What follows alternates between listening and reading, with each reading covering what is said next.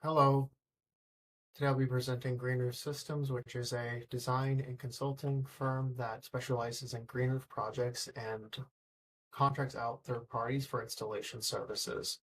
Their objectives are to replace their existing CRM solutions with a single unified Salesforce org for the design and consulting lifecycle and also the installation records. Some of the risks identified is that since we're operating in Europe, we're going to be liable to GDPR compliance. So we're going to enable Shield, which will enable the Privacy Center for the data privacy, as well as right to be forgotten for the customers that are external users. The Specialty Plans app is another dependency that I identified where there's going to be a UI wrapper for data that's federated from different third-party databases. There's going to need to be tight coupling between the Specialty Plans app and the third-party databases for the purposes of reservations as well as the purchasing of these plants. So there's a risk there with the dependency on these third-party databases and the Specialty Plans app for the plant records, since that is a system record for plants to be ordered. Salesforce acts as though the system record for customer master data. The billings acts as system record for payment, and acts as the payment gateway and also generates invoices. It will no longer be the system record for the demographic data. We'll be migrating that into Salesforce using the ETL.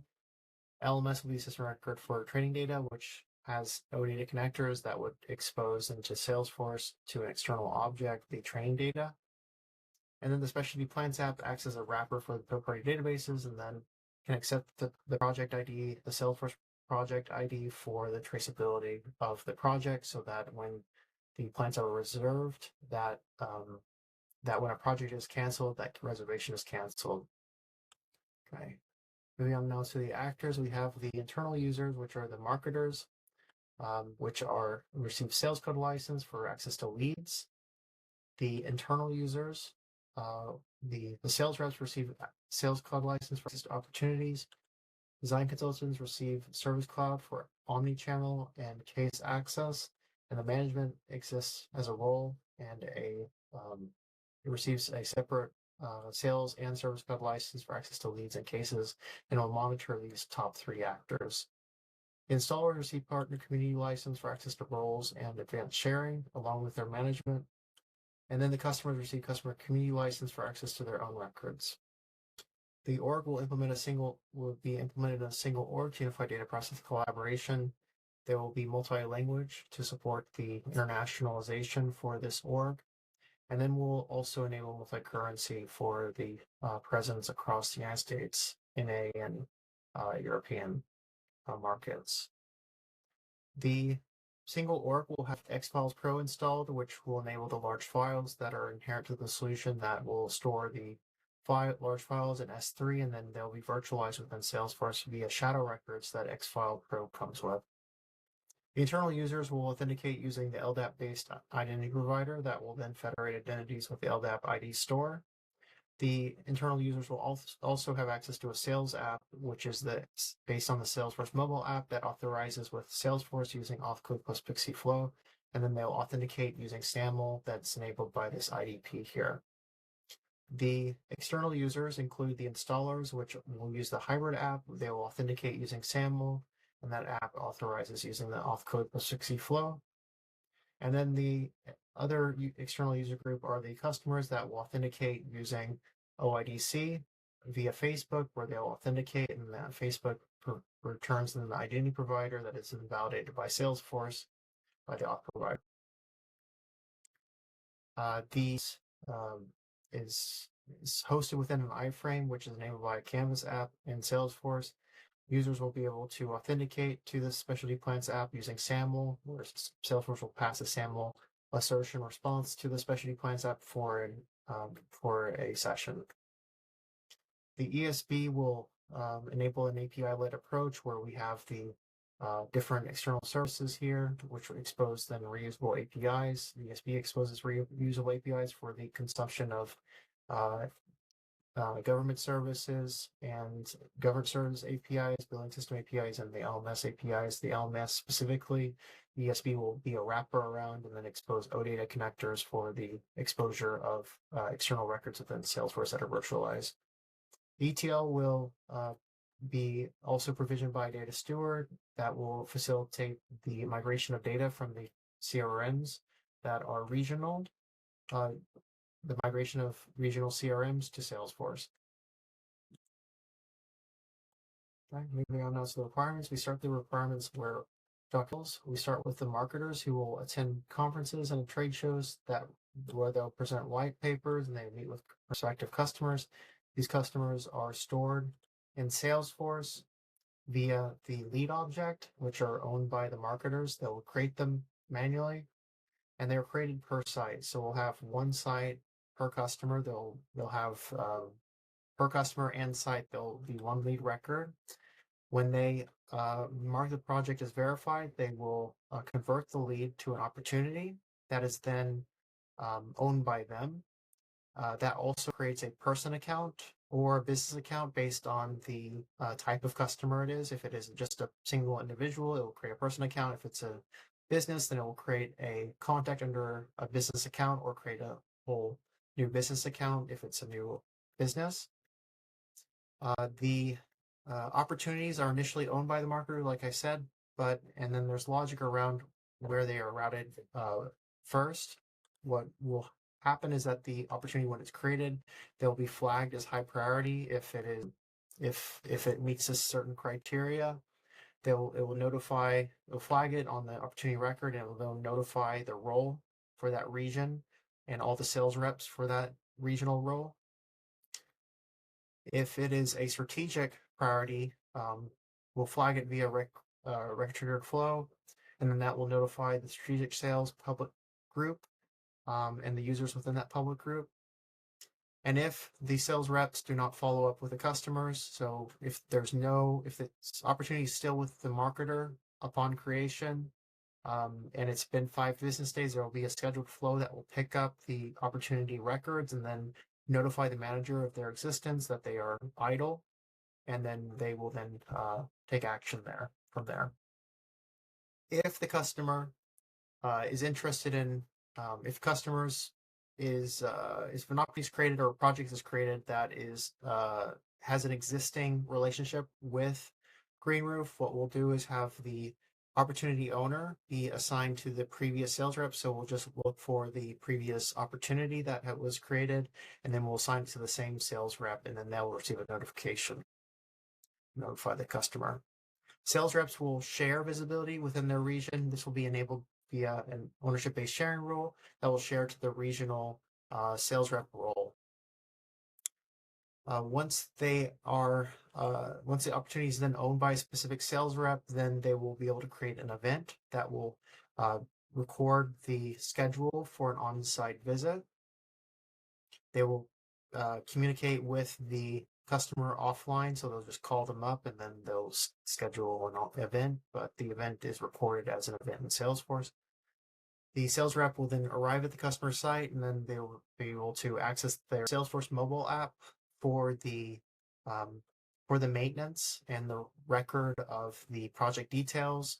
They will also have within the mobile device and mobile app the ability to save their GPS coordinates via an LWC that records them, that is enabled for geolocation capture. They'll be able to also upload photos and videos using content documents that are uploaded and associated with the opportunity itself. And then they'll upload those to the opportunity record for accessibility later. Based on the information that they record during the visit, they will then create the quote that is owned by the same sales rep. The sales rep will generate the quote and then send the copy to the customer via the quick action on the quote itself that will then send to the customer via email once they log into Salesforce. And then once they've accepted it, that will mark the opportunity as closed won. Once the opportunity is closed won, we're at the design stage at that point. So what will happen is that there will be a record flow that will create the case and assign the case then to a design consultant based on the region and skills of the design consultants as they are using omnichannel. Then that's also based on availability as well. So it's going to be, there's going to be intelligent routing there too. Once the case has been assigned to a design consultant based on the omni-channel routing, the customer will then receive an email that will notify them of the design consultant that was assigned on the case record. During the design process, the design consultant will be able to work with the customer. This will be primarily via the work order itself. So what they will do is create a work order from the case itself that will then be the lifecycle record for the entire installation. When they do create the design schematics, what they will do is upload the design schematics via Xfiles Pro. That is an iframe on the work order layout. Upload design schematics, and then those are exposed to the customer via the shadow records that exist on the work order record itself. The work order is accessible to the customer via the share set that is exposed on the work order, that is configured on the work order object via sharing settings. The design consultants from the work order as well will be able to create reservations for the plants. They will use that specialty plants application that is exposed as a Canvas app that is they'll authenticate to via SAML. The plants app itself will handle the reservations of plants that will be earmarked for the actual installation. And then in order to have referential integrity, Salesforce will pass the work order ID for that reference to the plants app, so that when a work order gets canceled, or if it gets canceled, the reserved plants are updated as available again. When the project is ready for approval, so they've done everything they need to do, they'll send the work order to the customer for approval. This will just be based on the work order status. And then they'll either reject or approve it. If they choose to approve it, then the next step is for the design consultant to submit an installation permit application to the government agency in the country. The government agency in the country will be facilitated via the ESB, which will route to the appropriate government agency based on country-specific logic. A call to the government agency, and then will pull for the tracking number so that it can then update the permit record with the tracking number when it has it. If once the ESB pulls for the status and gets the status, then it will update the permit again with the status itself. That is will be based on whether or not it was granted or not. One other thing is that the tracking number, once it is updated on the permit, will also be sent to the customer. Once the tracking number is issued by the government agency, this will be facilitated by an email. The work order is updated as on hold if the installation permit is not granted. This will be based on the update as well to the permit status. If it is on hold, then the design consultants will be able to, via quick action, reapply for an installation permit, which will create an additional permit record. And that additional permit record will follow the same process where it will route to the government agency via ESB. When the installation permit is granted, then the design consultant will be able to search for installers that have completed training courses.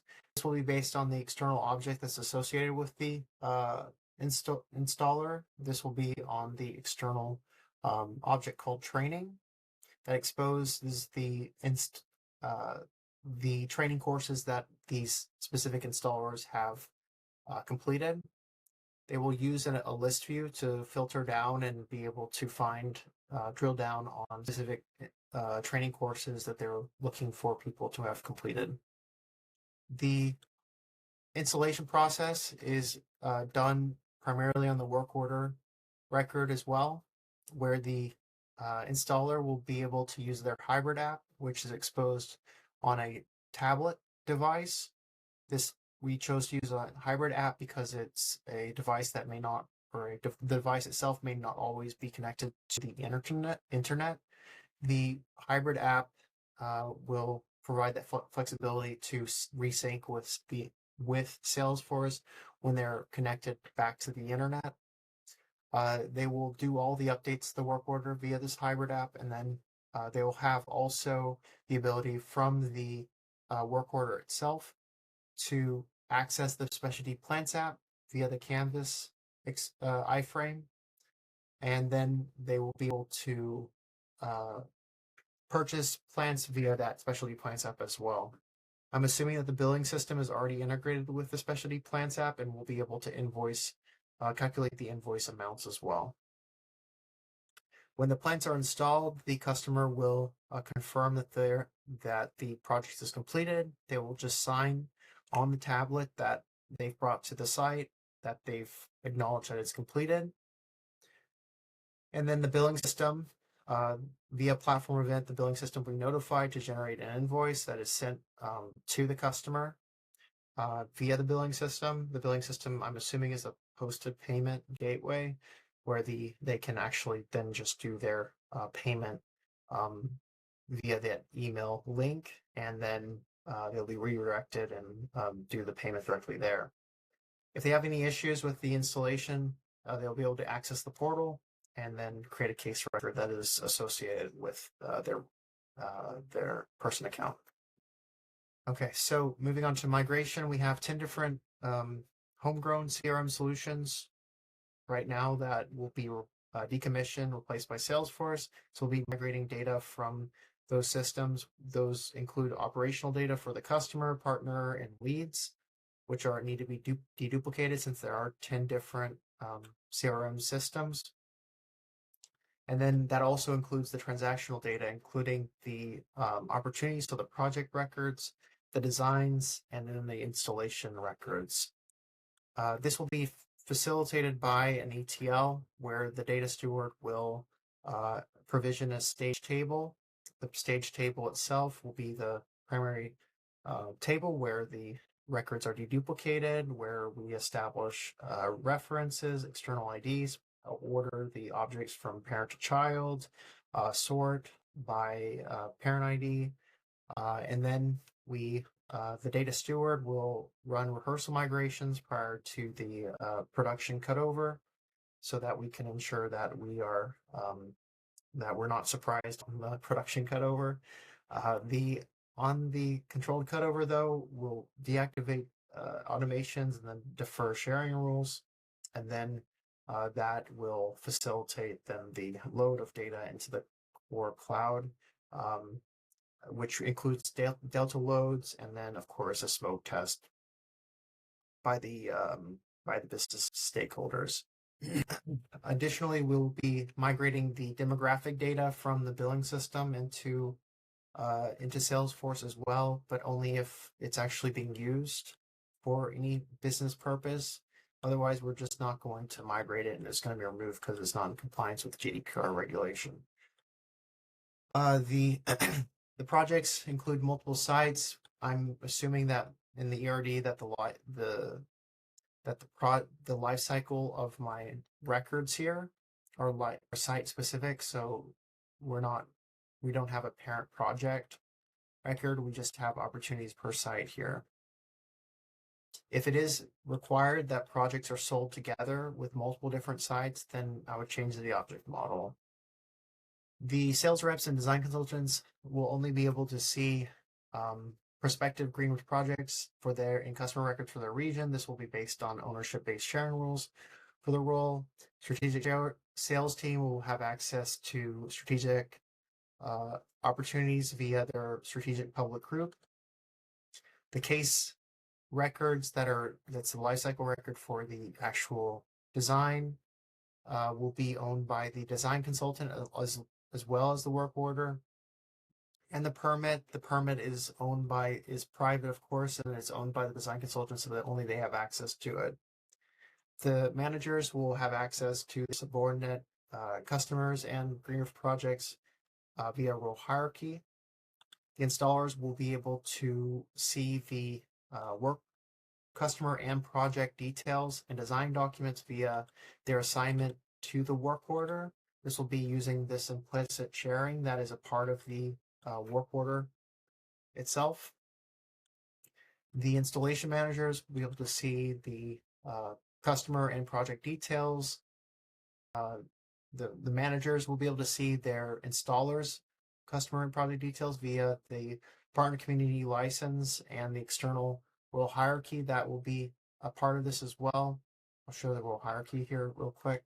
Yeah, we have the installation management and then the installers that exist below them that will have the access will just roll up to them. The will enable internationalization and metadata translation via translation workbench. That will translate the custom labels and the Visualforce email templates for the purpose of the org internationalization and localization.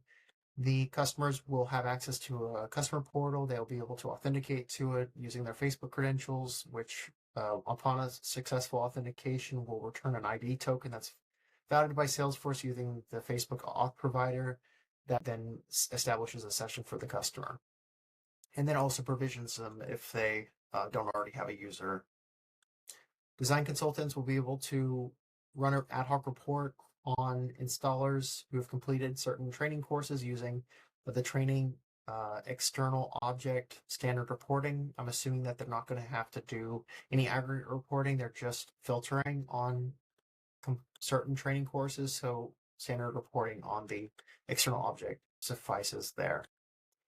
The JIRA's managers need to be able to see a monthly roll-up review of for their region and status. We'll be using opportunities for the actual projects, so they'll be able to do opportunity pipeline reporting for that case.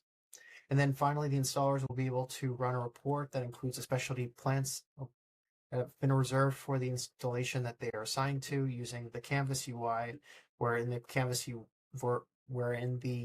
work order UI, they'll have access to a Canvas app that then shows the specialty plants that have been reserved, and they won't need to actually run a Salesforce report. They'll just show these specialty plants that have been reserved for that installation that they're assigned to.